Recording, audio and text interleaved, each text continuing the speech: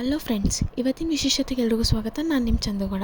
ನಾನು ನೆನ್ನೆ ಹೇಳ್ದಂಗೆ ಇವತ್ತು ನಮ್ಮ ಕಾಲೇಜ್ ಆ್ಯನಿವಲ್ ಡೇ ಇತ್ತು. ಸೊ ಅದಕ್ಕೆ ನಾನು ಮನೇನ ಅರ್ಲಿ ಮಾರ್ನಿಂಗೇ ಬಿಟ್ಟು ಡೈರೆಕ್ಟ್ ಕಲಾಮಂದಿರ ಹತ್ರ ಹೋದೆ. ಏನಕ್ಕೆ ಇವಳು ಇಷ್ಟು ಬೇಗ ಹೋಗ್ತಿದ್ದಾಳೆ ಅಂತ ಯೋಚನೆ ಮಾಡ್ತಿದ್ದೀರಾ? ಸ್ವಲ್ಪ ಸ್ಟೇಜ್ ಡೆಕೋರೇಷನ್ ಎಲ್ಲ ಮಾಡಬೇಕಿತ್ತು.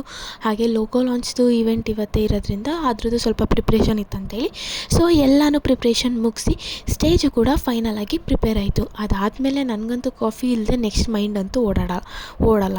ಸೊ ಅದಕ್ಕೆ ಕಾಫಿ ಕುಡ್ಕೊಂಡು ಆಮೇಲೆ ನಾನು ಫಂಕ್ಷನ್ಗಂತೂ ರೆಡಿ ಆದೆ. ಸೊ ಸ್ಯಾರಿ ಉಟ್ಕೊಂಡು ನಾನು ಸೆಕ್ರೆಟ್ರಿನೂ ರೆಡಿಯಾಗಿ ಅಲ್ಲಿ ಸ್ಟೇಜ್ ಮೇಲೆ ಹೋಗಿ ಕೂರೋಕ್ಕಂತೂ ಕಾಯ್ತಿದ್ವಿ.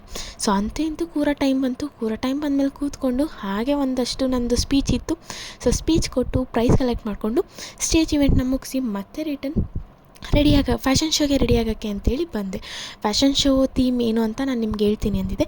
ನಮ್ಮ ಫ್ಯಾಷನ್ ಶೋ ಥೀಮ್ ಏನು ಅಂತಂದರೆ ಅರ್ಬನ್ ಹೆಡ್ಜ್ ಅಂತೇಳಿ.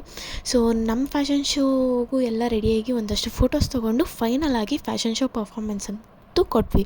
ಸೊ ಎಲ್ಲರೂ ಕಮೆಂಟು ಫ್ಯಾಷನ್ ಶೋ ಚೆನ್ನಾಗಿತ್ತು ಅಂತ ಹೇಳಿ ಬಂತು. ಸೊ ಅದನ್ನು ಕೇಳಿ ನಮಗೂ ಖುಷಿ ಆಯಿತು. ಅದಾದಮೇಲೆ ಸ್ವಲ್ಪ ಎಂಜಾಯ್ ಮಾಡಿಕೊಂಡು ಮತ್ತೆ ಕಲಾಮಂದಿರ ಖಾಲಿ ಮಾಡೋ ಟೈಮ್ ಅಂತೂ ಬಂತು. ಕಲಾಮಂದಿರದಿಂದ ಹೊರಟು ನಾವೇ ಕಣ್ಣನ್ಸ್ ಸ್ಪೆಷಲ್ ಮ್ಯಾಂಗೋ ಮಿಲ್ಕ್ ಶೇಕ್ನ ಕುಡ್ಕೊಂಡು ನಾನು ಶಾಪ್ ಹತ್ರ ಹೋಗಿ ನನ್ನ ವರ್ಕ್ನ ಮುಗಿಸ್ಕೊಂಡು ಮನೆಗಂತೂ ಹೊರಟೆ. ಅಷ್ಟೇ ಇವತ್ತಿನ ವಿಶೇಷ. ಮತ್ತೆ ಸಿಗೋಣ ನಾಳೆ. ಬಾಯ್.